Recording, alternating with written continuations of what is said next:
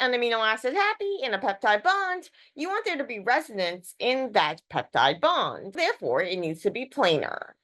This means that you cannot rotate around the atoms involved in that peptide bond because you have resonance between this nitrogen, carbon, and oxygen. This is going to restrict the motion to the places around the alpha carbons when those amino acids are in a chain. You kind of can think about there being a plane from alpha carbon to alpha carbon. So here's a plane from this alpha carbon to here, and another plane from this alpha carbon to here. You can see that there are these kind of 2 points in which we can rotate. One is our psi angle and one is our phi angle. I like to remember that the psi, it kind of looks like a C on its side, and that's going to basically be telling you that's the one between the carbon-carbon, and the one between the carbon-nitrogen is our phi angle.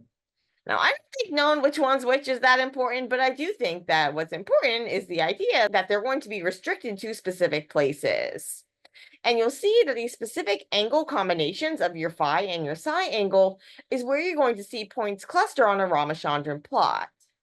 Basically, a Ramachandran plot is where they go and they take, it can be for a single protein, it can be for a peptide, it can be from the data from thousands and thousands of protein structures, and it compiles these all together and puts all the angle combinations for all of the different amino acids in those protein or in the peptide and shows where they actually show up.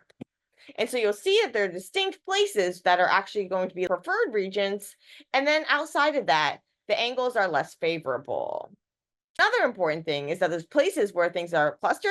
You can see that this is the region we find like our beta strands, and these are the angle combinations that are accommodable for alpha helices. So basically, you're going to have your range of motion be restricted by steric clashing. So you can see that when these overlap, you're going to get these red marks that's showing like clashing. That's a molecule's way of saying like, get out of my space.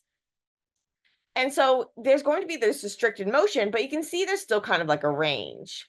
The reason why things get narrowed down even further is because you want to have the most favorable hydrogen bonding.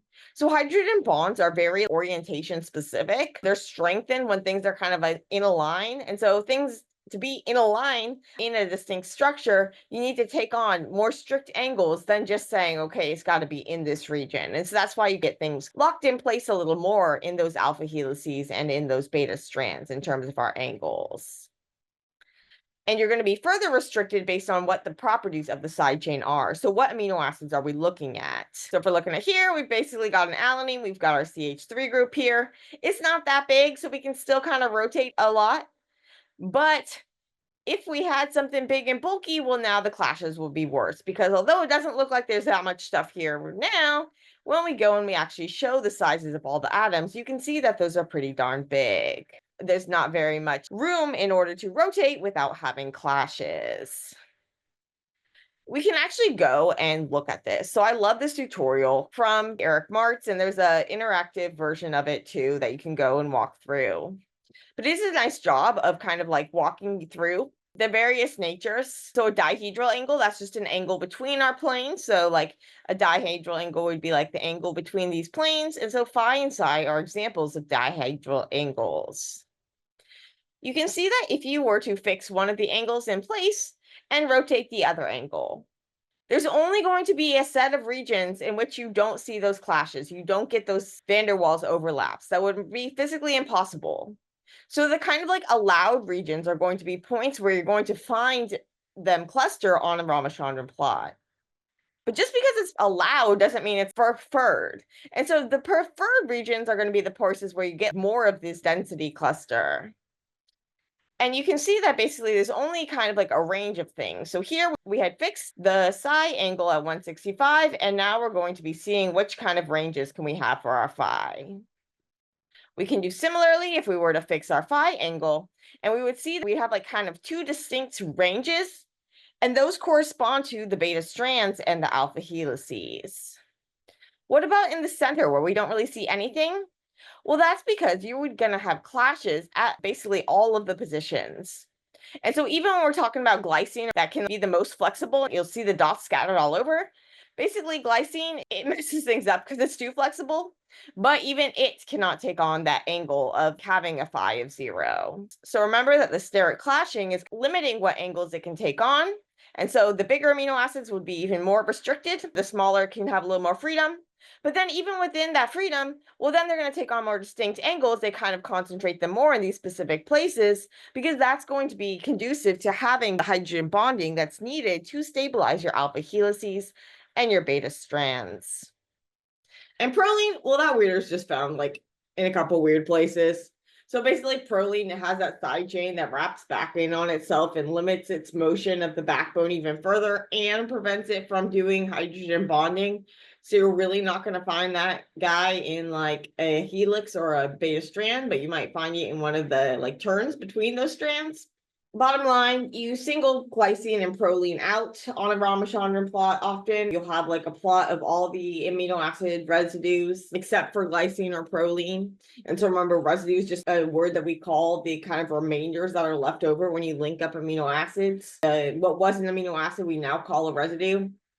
And so glycine and proline residues can be in different places than the other amino acid residues in a Ramachandran plot, but the other amino acids shouldn't be in those locations. So you'll say like, these are the Ramachandran angles for anything but a glycine or a proline. And if you have a dot that's outside of that, there might be something wrong with the structural model. So Ramachandran plots are a way in which structural biologists check whether their models of the proteins that they make are biochemically sound.